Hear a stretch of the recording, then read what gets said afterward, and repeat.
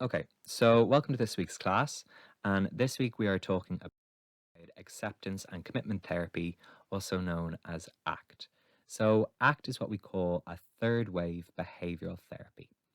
It has its basis and its foundation in RFT. So, RFT is the theory that underpins acceptance and commitment therapy. So, ACT, because it is derived from RFT, is naturally very behavioral in its nature, and it's a behavioral form of talk therapy. So ACT is quite a complex theory. It's quite a complex therapy, and there's a lot to it. And what I'm going to give you today is a general introduction. It should be sufficient enough that you have a general understanding of ACT, but obviously, like any form of therapy or like any form of theory, there's a lot more that you can read about it. So I have a lot of ACT resources up online on Moodle, and I encourage you to read as many of them as possible. So ACT has become very popular over the last 15 years or so.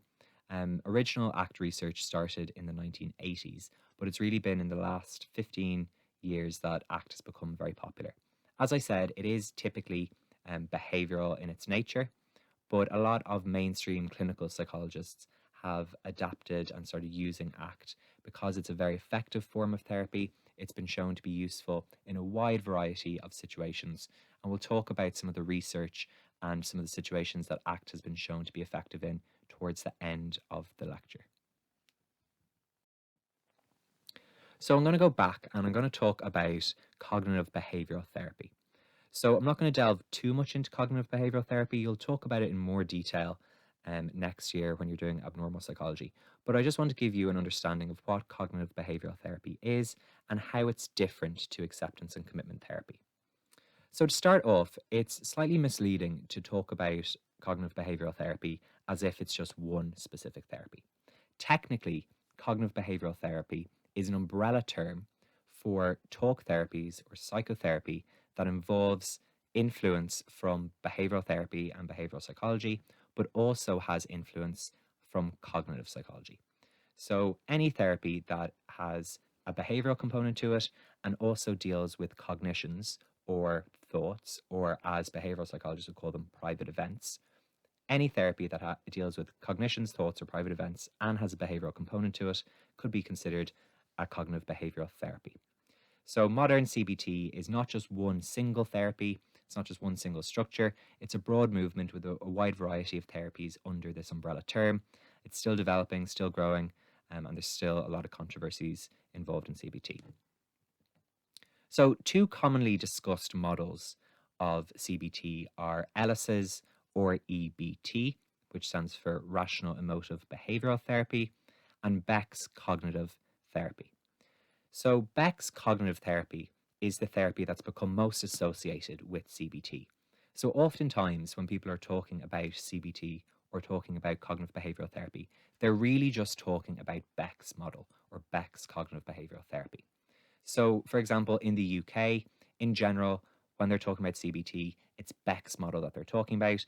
Beck's is the most famous, most commonly used model and version of CBT, so it's become very synonymous with CBT. So, although technically CBT is an umbrella term for a lot of different therapies that involve a behavioral bit and a cognitive bit, typically CBT is now used as a referral to talk about Beck's CBT. So, we're going to talk about CBT, and when we're talking about CBT, I'm going to be talking about Beck's model because, again, it is the most commonly used model of CBT. So, modern CBT, and when I say modern CBT, I mean the modern version of Beck's cognitive behavioral therapy. But modern CBT has two main influences. Obviously, it has its behavioral therapy influences and it has its cognitive therapy influences. So, the behavioral bit of CBT developed from therapies such as systematic desensitization, which we spoke about at the start of the module when we were talking about classical conditioning. So the behavioral bit comes from those early behavioral therapies that were shown to be very effective. And then the cognitive bit comes from an approach developed by Beck. His research started in the 1950s and really became popular during the cognitive revolution of the 1970s and 1960s. So, just to do a little recap on behavioral therapy. So, Behavioral therapy, obviously, as we know, came from the behaviorist movement, and it took the view that what happens inside in terms of our thoughts, in terms of our emotions, can't be seen, they're not directly observable, so they're not amenable or they're not useful for scientific study. So, as we know, we call them private events. They're considered to be behaviors which only the person who's experiencing them can observe. People outside our bodies can't observe or can't witness our thoughts. So, these are called private events from a behavioral point of view. So, behavioral therapy avoided speculation about any of these internal private events, any of these unobservable things that were happening in the mind. And instead, behavioral therapy, as we know, focused on classical conditioning, operant conditioning, etc., to try to modify unwanted behaviors. So, behavioral therapy became very successful, especially with anxiety disorders, phobias, OCD. And the reason for its success was twofold. So, there was two primary reasons why behavioral therapy became so successful. Again, we've done a good bit of this already, but one of the reasons it was so successful was because it came from this behavioral psychology tradition, which had a really strong scientific, empirical theory underpinning it, had a lot of research. And so there was a lot of evidence to show that behavioral therapies, such as systematic desensitization, were very effective and very useful. And secondly, it was very cost effective. It was very economical because what was available at the time typically was Freudian psychoanalysis, which people would sign up to for their whole lives. Whereas behavioral therapy was much shorter. You could see results in 6 to 12 sessions. So behavioral therapy was very successful for those two reasons. But naturally, as we've spoken about, it wasn't without its flaws, and not everyone was completely happy with behavioral therapy. A lot of people were uncomfortable with the idea that behavioral therapy was effectively ignoring things such as thoughts and emotions and saying we can't really touch them, we can't really see what's going on there, so we're kind of just not really focusing on them. So there was quite a bit of dissatisfaction, and this led to the cognitive revolution as we know.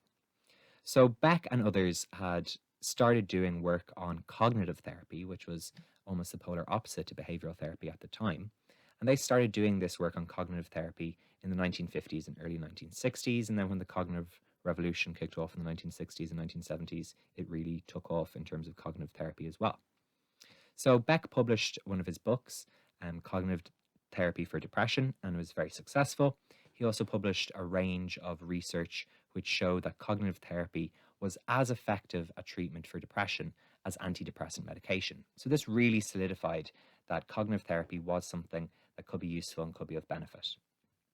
So for a while, behavioral therapy was in one lane, cognitive therapy was in a different lane, and they were going along doing their two separate things.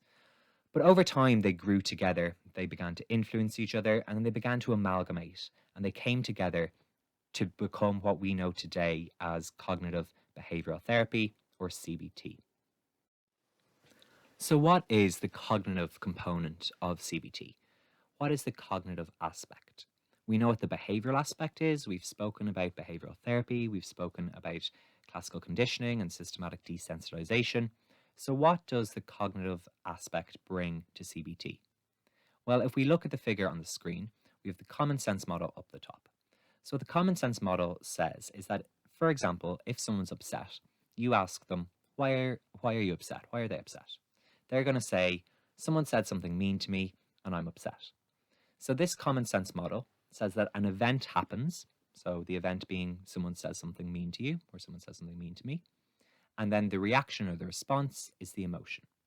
So the event is causing the emotion. However, CBT says that that isn't necessarily the case, because if that was the case, then everyone would react in the same way to an event.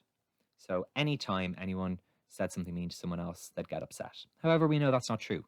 Sometimes someone might say something mean to someone, and the response might be that the other person walks away, or that the other person laughs, or that the other person says something mean back. It doesn't necessarily mean that the event is going to cause the same emotion in every single person. So CBT says that there has to be something else that controls the emotions. And CBT says that this thing that controls the emotions are cognitions, and cognitions happen in between the event and the emotion. So people react differently to similar events, even if we consider, really significant events such as bereavement or being diagnosed with terminal illnesses. they're not going to produce the same emotional states in absolutely everyone. There'll be differences in how people respond to even really big, significant events. So it's not just the event that's determining the emotion. There must be something else that's determining it. And what CBT says is that something else is cognition or our thoughts. So effectively, our cognition or our thoughts are the way that we interpret the event. So let's go back to the example of someone saying something mean. Someone could say something mean to person A. Person A interprets that as they don't like me, and that's their thought. So the event is someone saying something mean to them. The thought they have is they don't like me, and then that thought makes the person upset. Someone could say something mean then to person B. Person B could think in their head, oh, that person's having a bad day, they don't mean it, they're just stressed out. And then those thoughts that they're having are going to make them have a different kind of reaction. So person A, they had a thought, that person doesn't like me. That thought led to their emotion of being upset. Person B, when they heard something mean said to them, they thought, oh, the person is stressed out, they're grumpy, they're not in a good mood. And that person maybe had empathy or, they weren't upset. So effectively saying that our cognitions or our thoughts are going to help influence our emotions. So according to CBT, thoughts that we have aren't necessarily always of benefit to us. They're not beneficial, they're not useful. If, for example, we go back to the example that I was talking about a few moments ago, if we think about person A, their thought in response to the mean comment that someone said to them was, that person hates me. Is that a useful thought? Is that a beneficial thought? Not necessarily. So these non-beneficial thoughts, CBT refers to them as dysfunctional cognitions or dysfunctional thoughts. So CBT says that some of our thoughts aren't of benefit to us and they're dysfunctional. CBT says that we've got 3 levels of dysfunctional cognitions or dysfunctional thoughts. The first level are negative automatic thoughts. Now, the concept of negative automatic thoughts is really fundamental to CBT. It should be noted as well that you can have positive automatic thoughts or neutral automatic thoughts, but negative automatic thoughts are the ones that come up in therapy, and they're the ones that have received most attention. So negative automatic thoughts are kind of like surface level thoughts that people can be aware of. As the name says, they're automatic, they come into our heads automatically, and there's something that create or result in emotions. Faulty core beliefs then are deeper level beliefs or thoughts that we have about ourselves.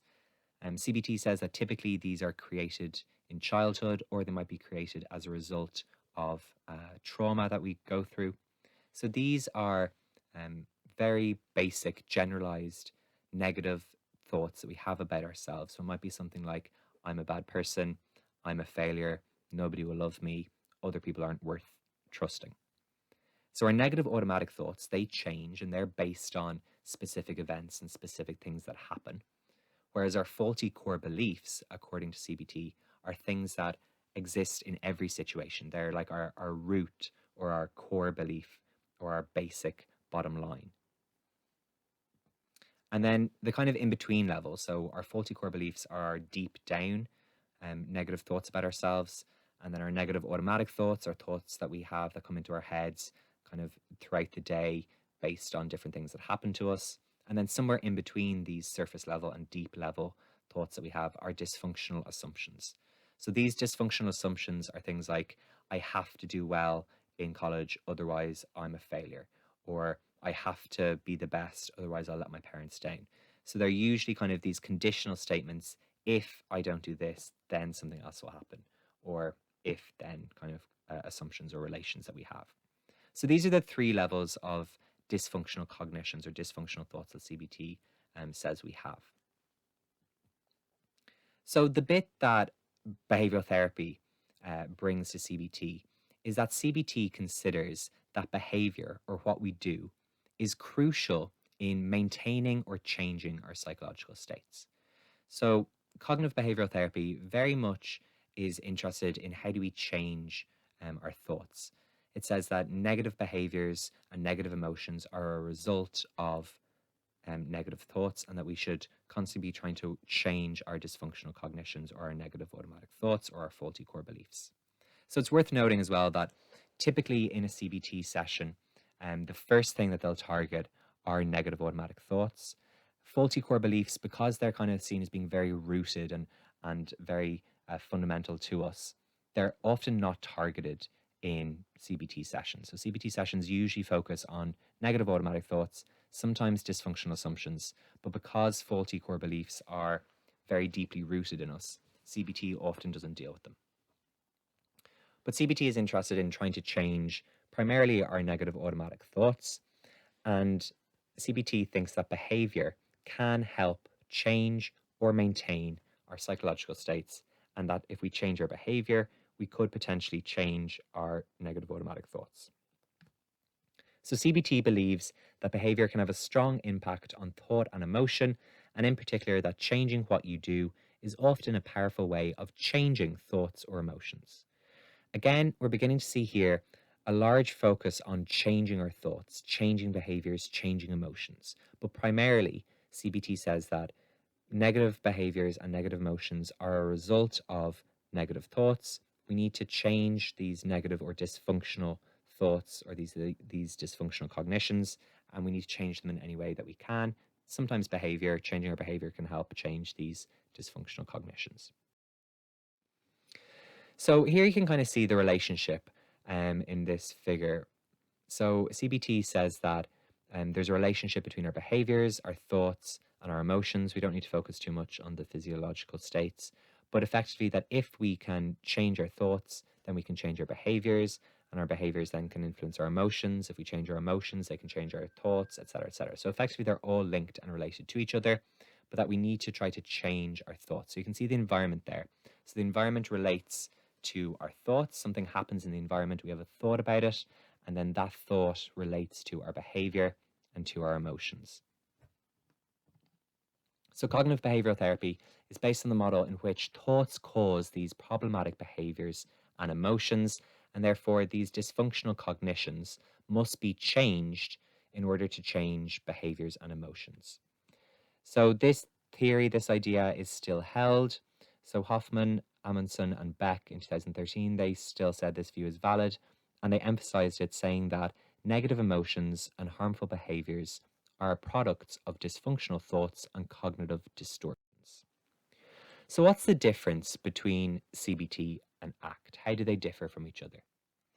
Well, it's important to remember that CBT, cognitive behavioral therapy, is technically an umbrella term for any kind of therapy that has influence from the behavioral psychology tradition and is interested in dealing with thoughts, cognitions, emotions. Now, from a behavioral point of view, we call these thoughts, emotions, cognitions private events. ACT is very behavioral in its nature. It's a behavioral psychology based therapy that comes from RFT. So it's definitely behavioral, and it deals with cognitions and thoughts, just we refer to them as private events. So technically, ACT can fall under the umbrella of cognitive behavioral therapy. However, it's very different from Beck's cognitive behavioral therapy that we've just been talking about there. So ACT has very much moved away from the traditional CBT emphasis on changing thoughts. Instead, ACT aims to change or alter the functions of our private experiences or private events. And again, these private events or private experiences are thoughts, feelings, memories, etc.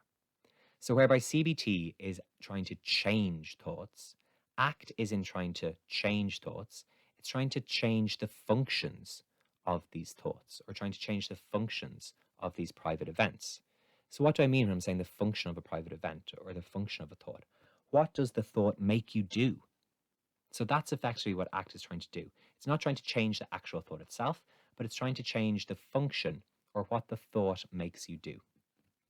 So ACT is aiming to change our relationship with these private events. So how do we react to these dysfunctional cognitions, as CBT would call them?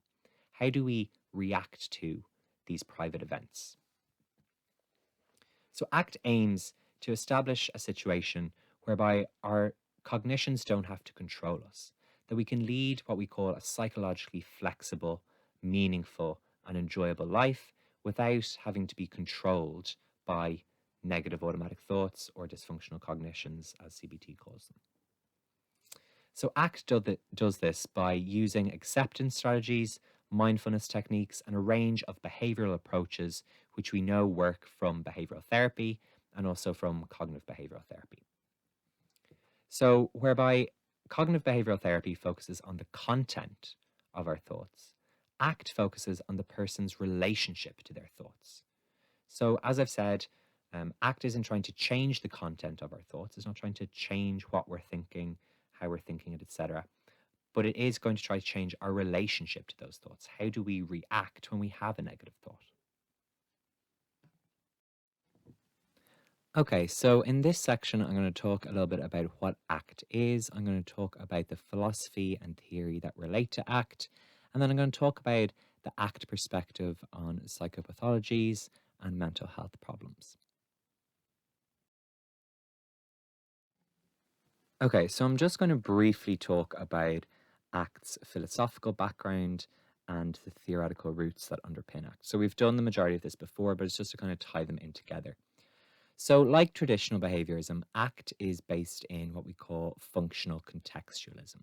So, functional contextualism is a philosophy. So, that means a point of view.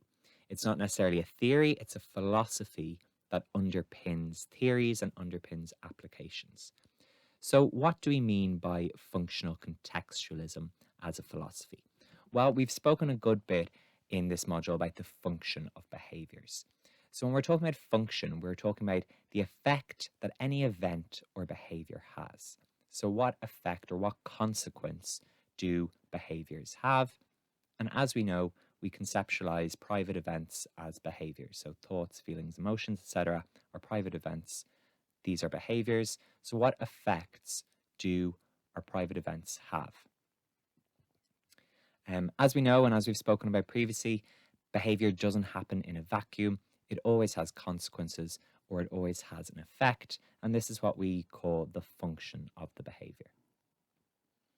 So, when we're talking about the context part, then, this refers to the circumstances within which an event or a behavior takes place. So again, they're not happening isolated, they're happening in the context of a situation or the context of a person. So for example, if we're talking about the function of you guys reading these slides or listening to this video, what's the function of reading these slides? Is the consequence or the effect of reading these slides going to be that it's going to improve your knowledge? Is that it's going to be that it's going to cause confusion? So there's going to be an effect or a function to you carrying out this behavior, which is reading the slides or listening to this lecture. But what's the context of you reading these slides or listening to this lecture? What's the context of what you've learned before? Why are you reading these slides? Where are you reading these slides? How are you reading these slides?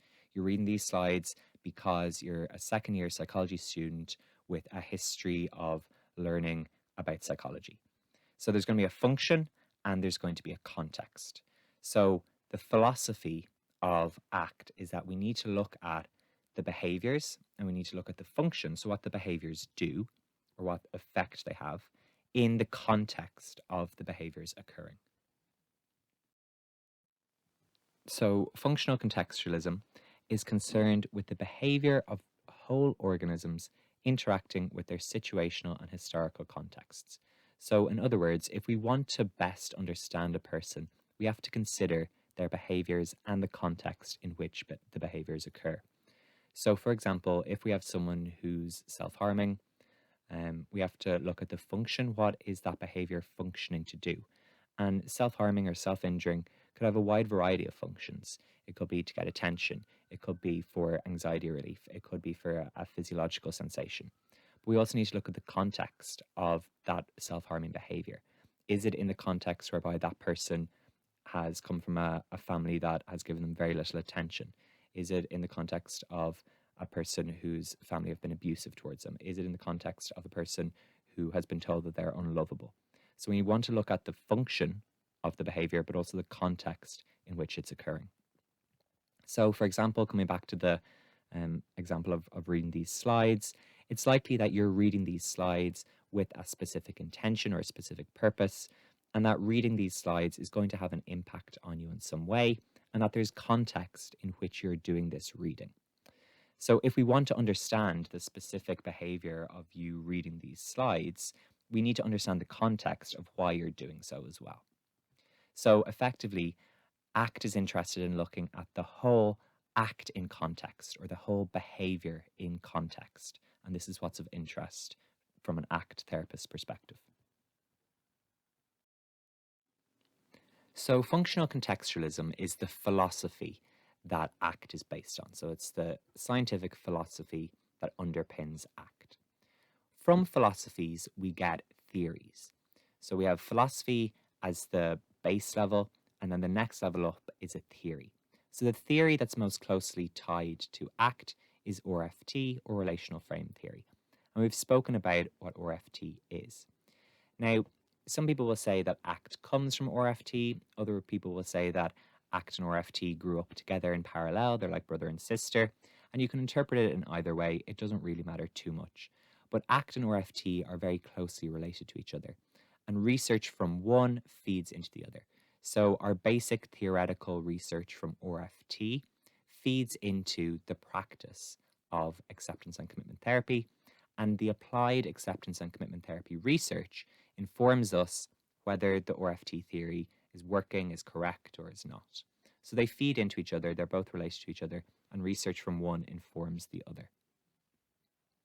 So we know that RFT describes the way we learn to relate stimuli symbolically. So arbitrary stimuli, we relate them in terms of each other. And from an RFT perspective, we've spoken about how language is a form of AA or arbitrarily applicable relational responding. So sounds, words, etc., these are arbitrary stimuli, and we relate them to various different other stimuli. So a word that we speak relates to a physical object or relates to an internal private event, but they're related in an arbitrary manner, and we're able to derive the relations between words, between language, and other stimuli. So we can relate stimuli in a variety of ways, as we spoke about in the RFT lecture, but some ways of relating stimuli are more important from an ACT perspective. So we talk about relating frames of coordination. So this is effectively same as, or it's very similar to the stimulus equivalence. So one stimulus is the same as another stimulus. So A is the same as B is the same as A. From an ACT perspective, then, we say that these are within a frame of coordination. We also have framing in terms of distinction. So something is different to something else. A is different to B is different to A. This is a frame of distinction. A temporal frame is when we're relating things in terms of before and after. So A came before B came after A. This is in a temporal frame. Then we have part of or hierarchical frames. So A is a part of B contains A. So for example, bananas are fruit.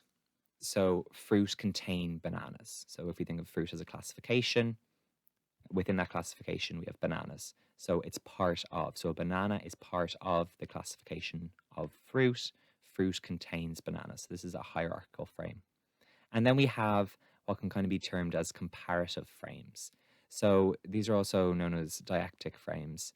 And these are a little bit harder to understand, but effectively, in order for one of these things to make sense, you have to understand the other. So in order to understand I, you have to understand that there are other people with other views. So you're comparing yourself to someone else. So in order for I to make sense, you have to understand that there's other people, that we're not all the same. We don't all think the same way. We don't all have the same thoughts. We don't all have the same emotions. That you as an individual person are different, and you can compare yourself to other people. But if you didn't have an awareness or an understanding that everyone else was different, then that individual aspect of I wouldn't be as clearly understood. So here versus there. So in order to understand what here is, you have to understand that there's something else that you can compare here to, and that could be there, for example. So that comparative one, the dyactic relations, are a little bit more tricky to understand. But these are the main frames or the main ways of relating stimuli to each other that are really important from an ACT perspective: coordination, distinction, temporal, hierarchical, and dialectic.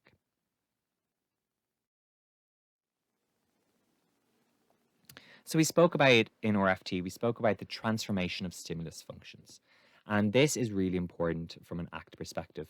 Transformation of stimulus functions really sits at the heart of ACT practice.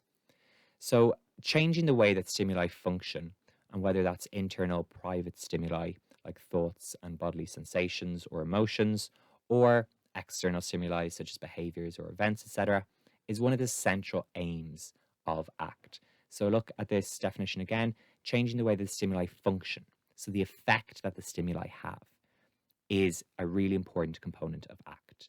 So we need to keep this in mind. We're trying to change the function of the stimuli, what the stimuli do. So what our thoughts do, what our behaviors do. So in terms of the transformation of stimulus functions, the process by which a stimulus or an event with one meaning or function acquires a new one is what we're talking about when we're talking about the transformation of stimulus functions. So for example, it's very possible for a relatively neutral stimulus, for example, a dentist's office. If you have never come across a dentist's office before, if you've had no experience of it, if you haven't read anything about it, heard anything about it, it's your first time going to the dentist, it could very easily acquire a fear function, or it could be something that becomes scary through direct contact. So the very first time you ever go to a dentist, they hurt you, or it's a very painful experience, or it's a very aversive experience in some way. Then naturally, obviously, that neutral stimulus is going to acquire a new function. And we've spoken about how this happens in terms of classical conditioning and in terms of operant conditioning, et cetera, et cetera. And that's a pretty obvious example of the function changing. However, we can also have functions of stimuli changing through derived relational responding.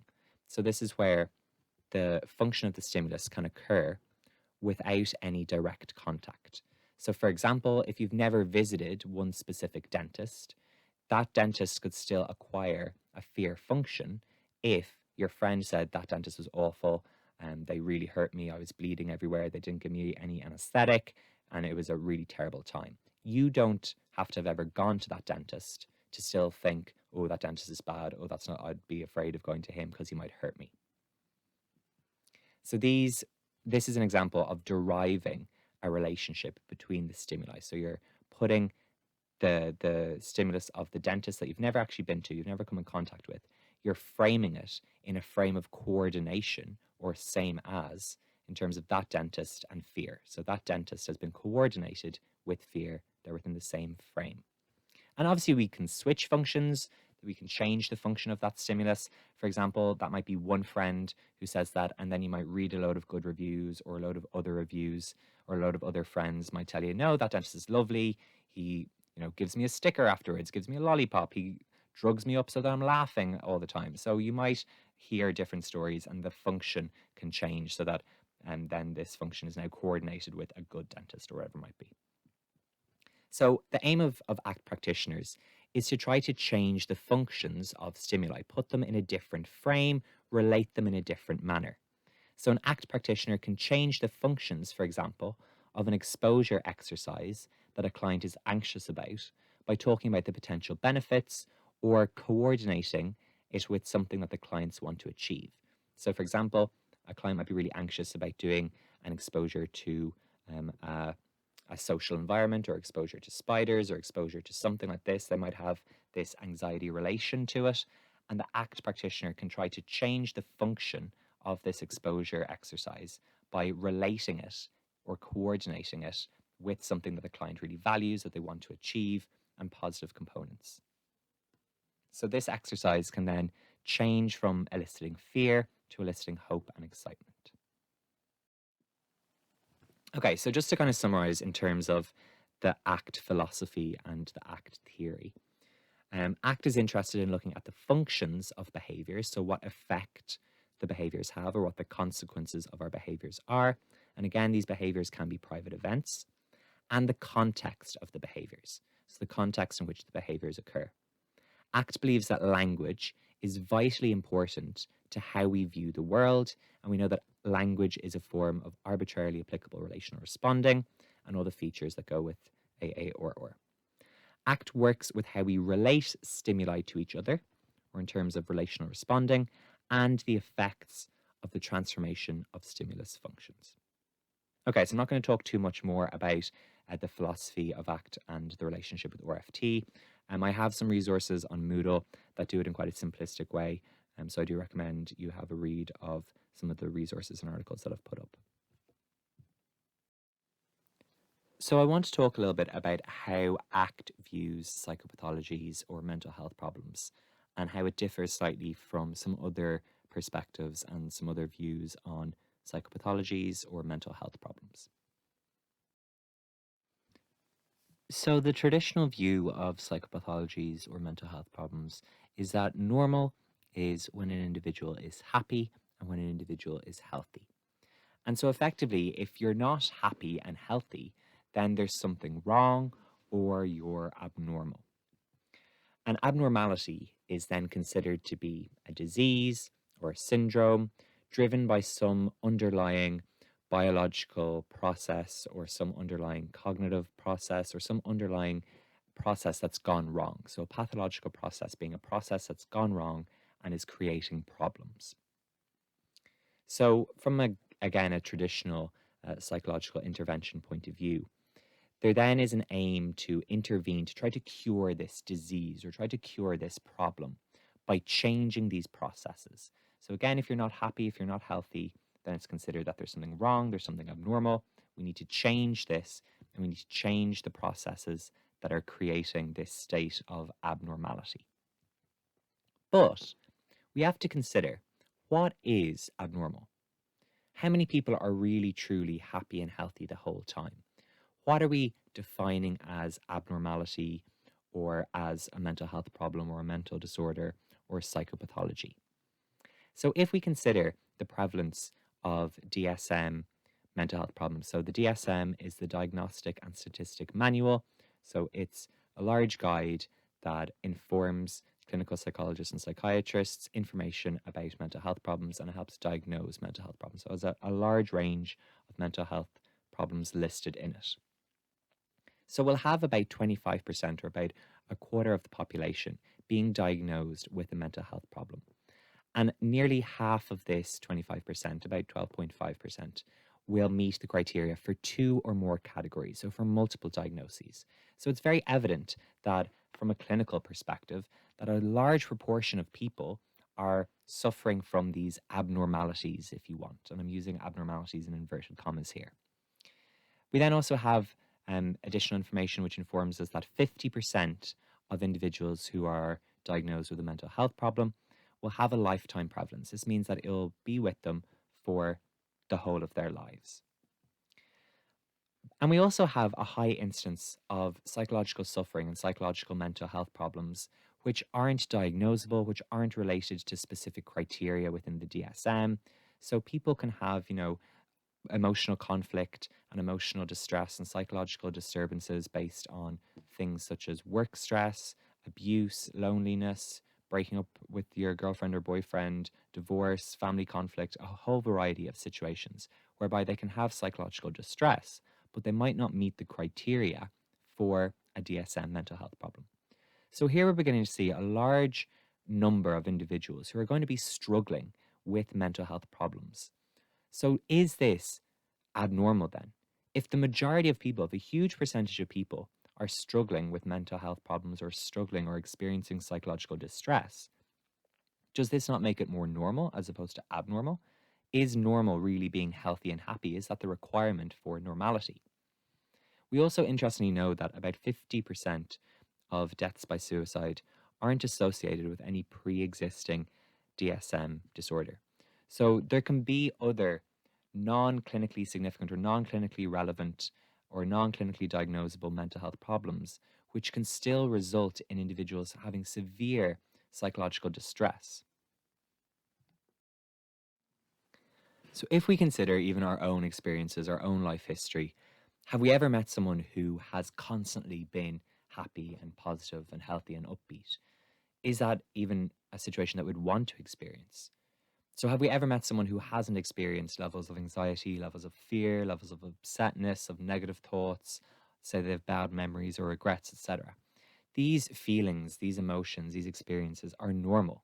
And so to try to categorize these as things that we shouldn't experience or don't experience, or things that we're trying to avoid, can be really detrimental to our mental health and to our mental states. So these are normal human experiences.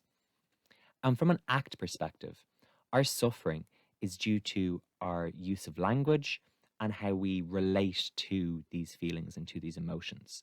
So oftentimes, because we've been associated or because we've been told to associate sadness, fear, anxiety, negative thoughts, etc., as something bad, so we have related these stimuli to something negative. And these stimuli are to be avoided. We're trying to control them. We're trying to get rid of them. We're trying to not think about them. We're trying to push them away. We're trying to do things to try to avoid them. So, from an ACT perspective, experiencing these emotions, sadness, fear, anxiety, etc., is normal. It's part of human evolution. They're there for a reason. And when we reach psychological distress, it's often because of how we're relating to these stimuli, how we're relating to these emotions, and the effects that they're having on us, and how we're trying to control them. So we're trying to get rid of them, suppress them, change them, etc. So a lot of areas of psychology consider psychopathology or any deviance from the norm or any of these sad negative emotions or thoughts to be abnormal. And they consider them to be something that need to be changed or need to be fixed. And they consider that they're caused by things like a problem from a neurological level or from a biological level, such as issues with neurotransmitters or problems with the way people are thinking, as we talked about when we were talking about the CBT perspective, or issues with behavioral patterns. But ACT says that these psychopathologies or these negative thoughts, emotions, feelings, etc., or these negative experiences are to some extent inevitable. They're normal. The majority of people are going to experience levels of psychological distress. So these are normal processes. However, these normal psychological processes can become destructive and they can have a massive influence, a massive negative influence on our behaviors and on what we do and on our quality of life. From an ACT point of view, when these normal processes become destructive and detrimental to us, is because of two things, because of cognitive fusion and experiential avoidance. We're going to talk about these two processes in a few minutes. So, what's the ACT perspective? What can ACT do to help with psychopathologies, to help with mental health problems, to help with these times of psychological distress? So, as I've said earlier, ACT is a third wave behavioral therapy. There's a whole range of third wave behavioral therapies, not just ACT. So, the things I'm talking about here are relating to a lot of other therapies. ACT is just one of them. So, third wave behaviorism and third wave behavioral therapies acknowledge that yes, thoughts and cognitions and internal private events happen inside, and our emotions and feelings and thoughts are things that we experience. But what third wave behaviorism aims to do is it aims to disconnect these internal private events from our behaviors. So, it's aiming to separate them out from each other. So, effectively, ACT and third wave behaviorism is trying to say that our internal private events don't have to control our behaviors in a negative manner or in a negative way. Effectively, within ACT and within a lot of third wave behavioral therapies, we're aiming to detangle the relations between thoughts and feelings and private events and our behaviors. So, again, looking at the relations, how we view one stimulus in terms of another, looking at the relations between our internal private events and the things that we're actually doing. So we're not trying to control, we're not trying to manipulate or change these internal events. And this can be really hard to do, it can be really counterproductive. Trying to change the way people are thinking, trying to get people to not think about something can be really difficult. We can't quantify, we can't measure our thoughts, they're not objective, they're not something that's easily measurable. So, from an ACT point of view, we say we're going to try to accept them, be aware of them, let them be aware that they're there, say, yes, they're happening, and consider them in relation to our behavior, but not in control of our behavior, not in control of what we do. So, that's a very brief kind of summary. We're going to talk a lot more about it in a lot more detail.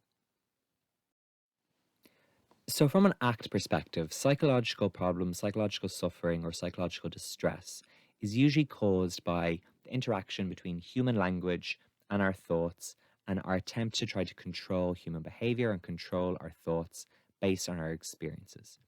And the main cause of psychological problems and of psychological distress, according to ACT, is something that we call psychological inflexibility, sometimes also referred to as psychological rigidity. But psychological inflexibility has been argued to be the root of psychological suffering. And what creates psychological inflexibility? So, psychological inflexibility, according to ACT, comes about from experiential avoidance, cognitive entanglement or cognitive fusion, attachment to a conceptualized self, loss of contact with the present, and failure to take the needed steps to valued behaviors and valued actions that are in line with our core values. So there's 6 components there that ACT says results in psychological inflexibility. And we're going to talk through each of them in a few moments. So, from an ACT perspective and from an RFT perspective, ACT takes the view that trying to change difficult thoughts and feelings as a means of coping can be counterproductive. So, again, remember, we're not trying to change the content of thoughts. We're not trying to change the occurrence of thoughts. What are we trying to do from an ACT perspective? We're trying to change the function of these thoughts. We're trying to change the effect that our negative thoughts have on us. So, we're not trying to change the actual thought, but we're trying to change the effect that the negative thought has on us. So, acceptance and commitment therapy has developed as an intervention, a behavioral form of therapy to help people learn strategies to live life more in the present, to be focused on important values and important goals, and to be less focused on painful thoughts, feelings, and experiences. Remember, ACT inherently is behavioral. So, as we're going to talk through in a few minutes, its end goal is to get us to behave in a way that we value and that's of importance to us. So, it says on the way to getting us to behave as the best versions of ourselves that we can, we have to pass by and we have to pass through and we have to deal with some of these private events and private behaviors that are going on. We have to deal with some thoughts and deal with some emotions. But ultimately, our end goal, because we're behavioral, is try to get us to behave in a way that's of benefit to us, that we want to behave in, that's in line with our core values and our core beliefs, and it's going to improve our quality of life.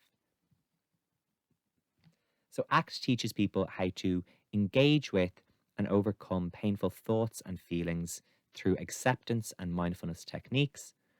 It helps people to develop self compassion and psychological flexibility. And ultimately, ACT aims to build life enhancing patterns of behavior for people. ACT is not about overcoming pain or fighting emotions.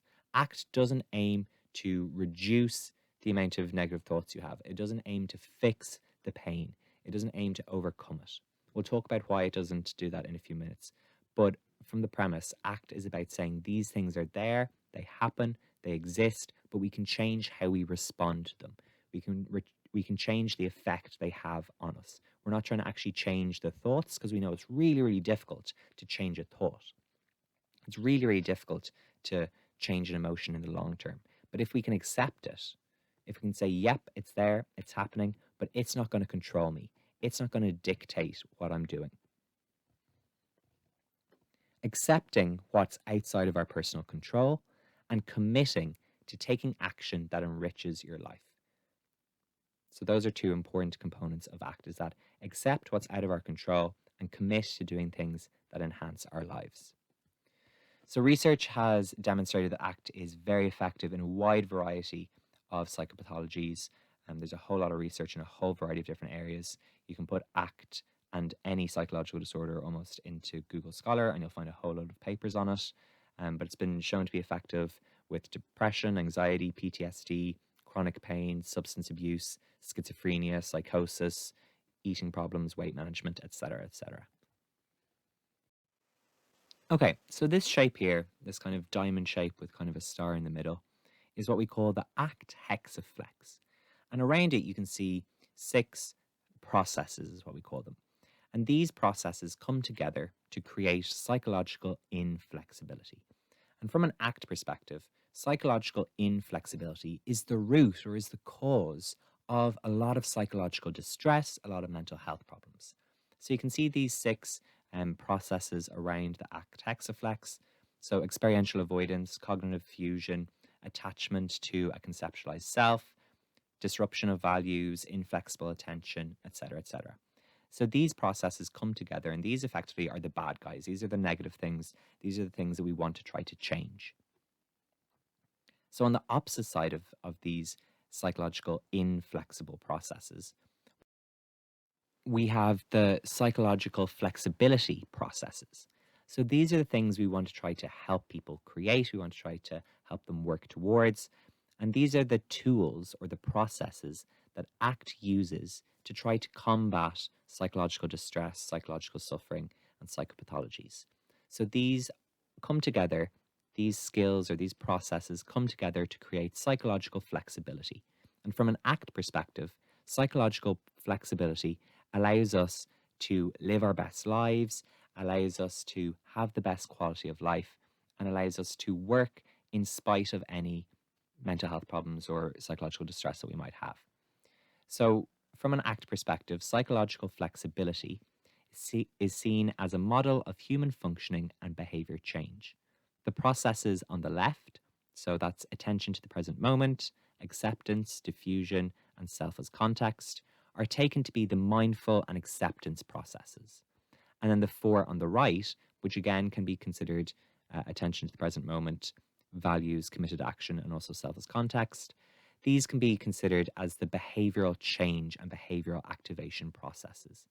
All six work together to create what we call psychological flexibility. So again, remember, ACT is inherently behavioral in its nature. So the ones on the right are the behavioral bit. They're the behaviors that we're trying to act towards or engage in. And then the ones on the left are processes that we can do to try to work through the thoughts and emotions and feelings, etc., that we're having.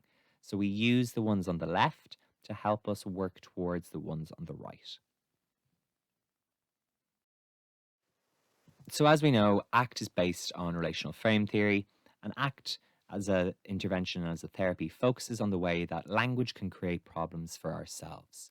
And so as an intervention, ACT uses a lot of metaphors, it uses a lot of experiential exercises, it uses a lot of kind of storytelling, and it uses a lot of imagery to help clients learn to make what we call healthy contact with thoughts, feelings, and memories and physical sensations that have previously they've been afraid of or they've tried to avoid. So clients learn to be able to recontextualize or reframe and accept these private events that happen and to develop greater clarity about what they value and to commit to the needed behavior change. So effectively what ACT is trying to do is trying to get you to view your thoughts and your emotions in a different way. That's the first thing. Then the second thing it's trying to do is trying to get you to decide what's really important to you. What do you value in your life? And then the third thing it's trying to get you to do is trying to get you to behave in a way that gets you to those important things that you value. So it says we need to reframe or recontextualize our private events, and then we need to decide what's important to us, and then we need to behave in a way that gets us to those important things. So the ACT model says that a lot of psychological problems and a lot of psychological distress is due to the fear. So not the fear after a hangover, but fear being fusion with your thoughts, evaluation of your experience, avoidance of your experience, and reason giving for your behavior. The alternative to fear is ACT. So accepting your reactions, accepting your thoughts, emotions, and feelings, and being present, choosing what's of value to you, and then taking action to work towards what you value. As an intervention, ACT differs from other therapeutic models in that it's not based in a symptom reduction model. Again, it's not trying to reduce, it's not trying to say we're going to get rid of your negative thoughts, we're going to get rid of your negative feelings, because that's a really, really hard thing to do. But what ACT aims to focus on and what its key targets are increasing behaviors that are going to lead you to a place that you value and to a place that's important to you. So increasing value-driven behaviors, and at the same time managing to deal with those internal private events as they arise. So negative thoughts are going to happen. They're part of normal human experience. We've said that ACT doesn't view negative thoughts as a bad thing. It views them as part of the normal human experience. These negative emotions, again, all part of the human experience. So ACT isn't going to try to change those or reduce those, but it's saying, let's change your behaviors and get your behaviors to go in a way that you want these behaviors to go. And at the same time, we can kind of just deal with our thoughts and our emotions as they come. And so, although symptom reduction isn't the main aim or the main goal of ACT, we do find from research or from the literature that these symptoms do often tend to reduce or begin to be seen in a very different light. So, although ACT isn't aiming on the outset to reduce these thoughts or reduce these emotions, what we see is that once people begin engaging in ACT therapy, that they do tend to reduce. So this process of changing how we relate to our thoughts and changing how we react to the emotions and feelings that we're having and behaving in a way that's of value to us is achieved through the 6 core processes of ACT. So I identified what they are already, and we're going to talk through them in the next part. So this is the end of the first part of the lecture. We're going to talk through the 6 core processes of ACT in the next part of the lecture.